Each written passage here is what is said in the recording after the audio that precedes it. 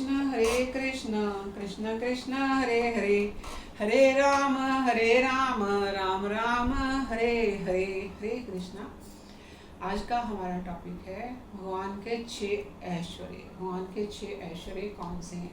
वैसे तो भगवान का ऐश्वर्य का कोई बखान कर ही नहीं सकता, लेकिन वेद व्यास के पिता पराशर मुनि ने इनकी व्याख्या की है 6 ऐश्वर्य के रूप में।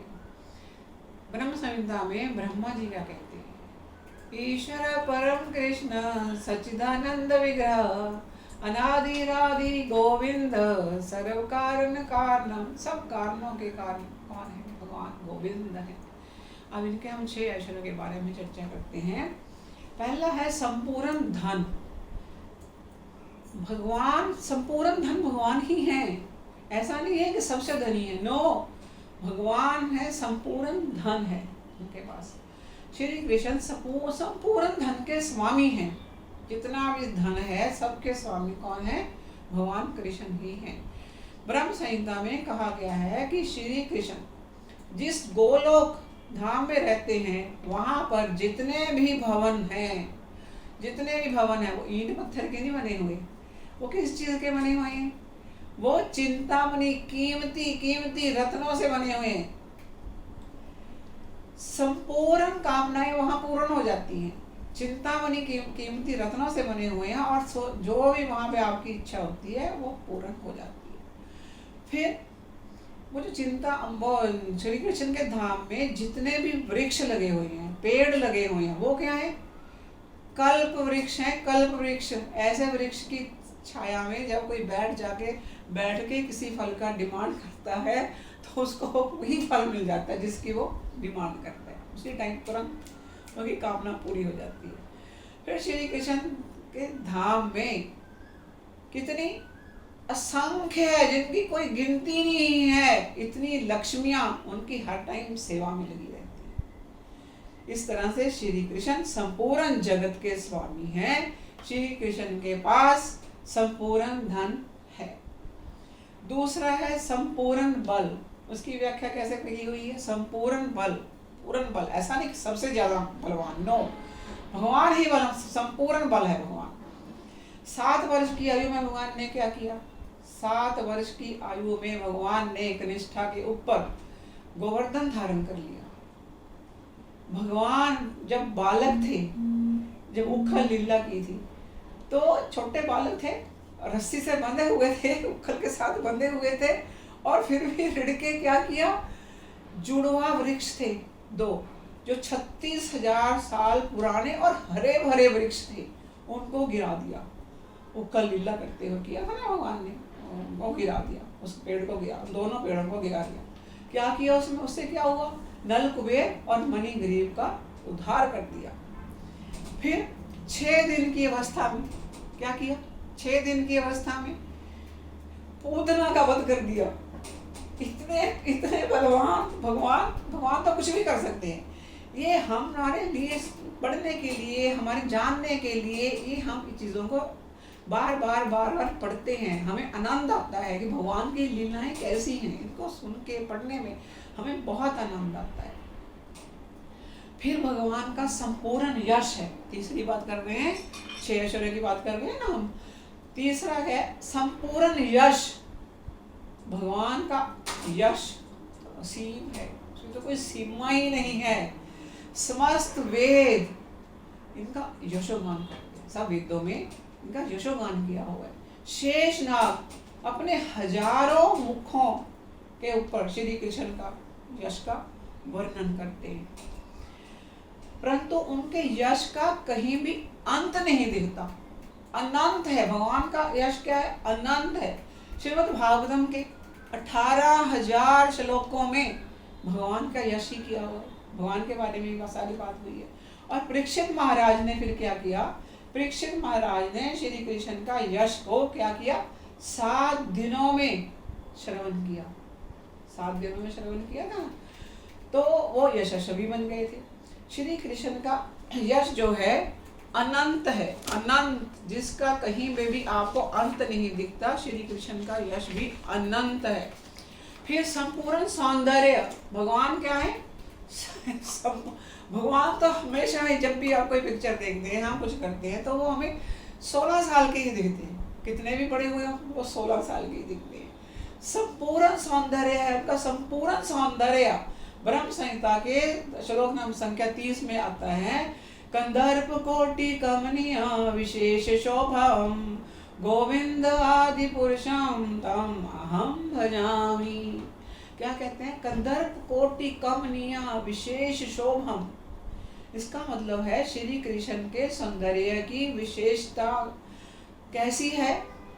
1 करोड़ कामदेवों के समान के से कम कामनिया है। कामनिया मतलब जिसको देखने से दिल नहीं भर रहा। इस तरह से करोड़ों करोड़ों कामदेव जितने सुंदर होते हैं, कामदेव सुंदर हैं, करोड़ों कामदेवों से बताया गया है। फिर रज की गोपियां, रज की गोपियां क्या कहती हैं? ब्रह्मा जी से झगड़ा करती हैं।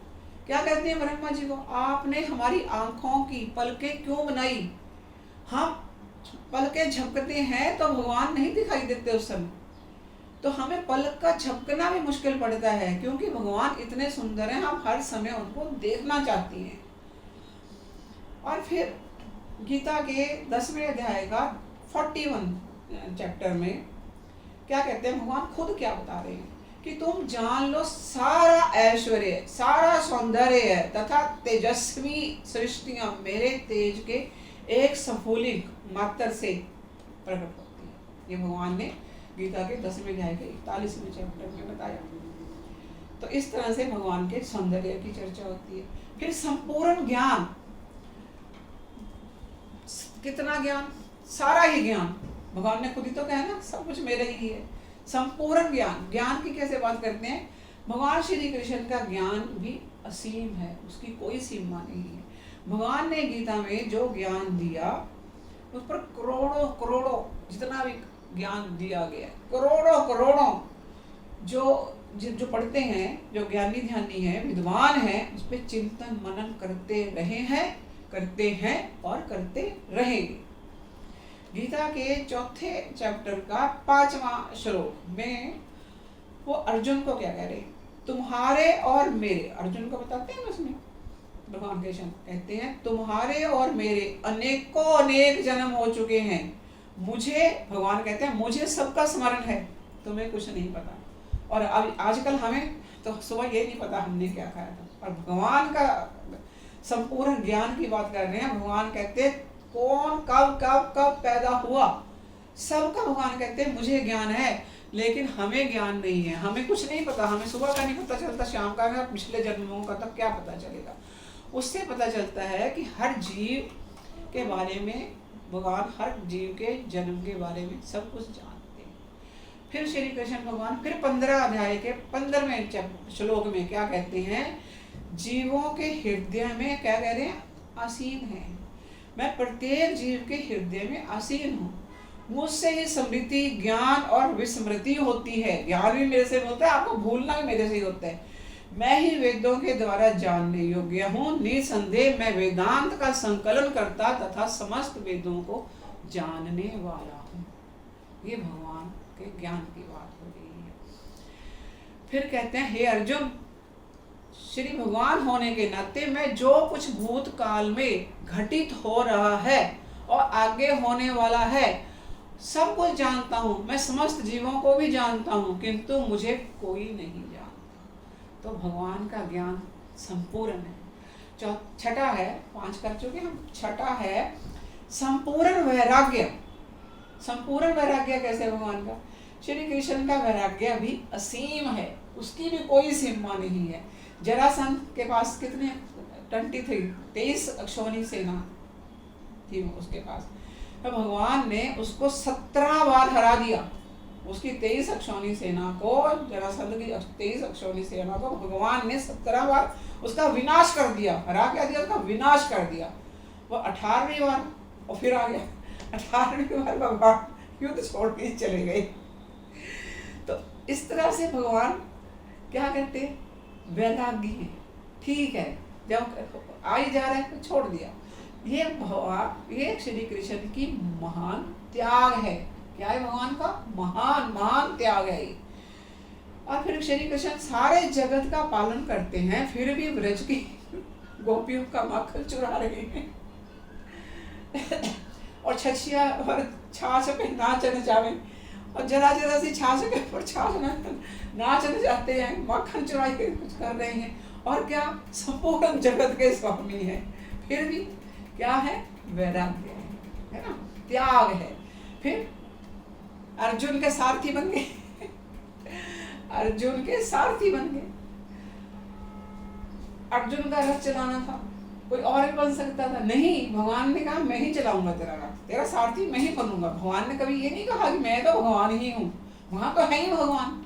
देखने वाले को, समझने वाले को जब समझ आएगी तभी समझ आएगी। भगवान गीता में क्या कहते हैं, 7वें अध्याय के 19वां श्लोक, बहुना नाम जन्मनान्ते ज्ञानवान परवर्तते वासुदेव सरमिति स महात्मा दुर्लभ। कहते हैं अनेक जन्म जन्मांतरों के बाद जिसे सचमुच ज्ञान होता है, वह मुझको समस्त कारणों का कारण जानकर मेरी शरण में आता है।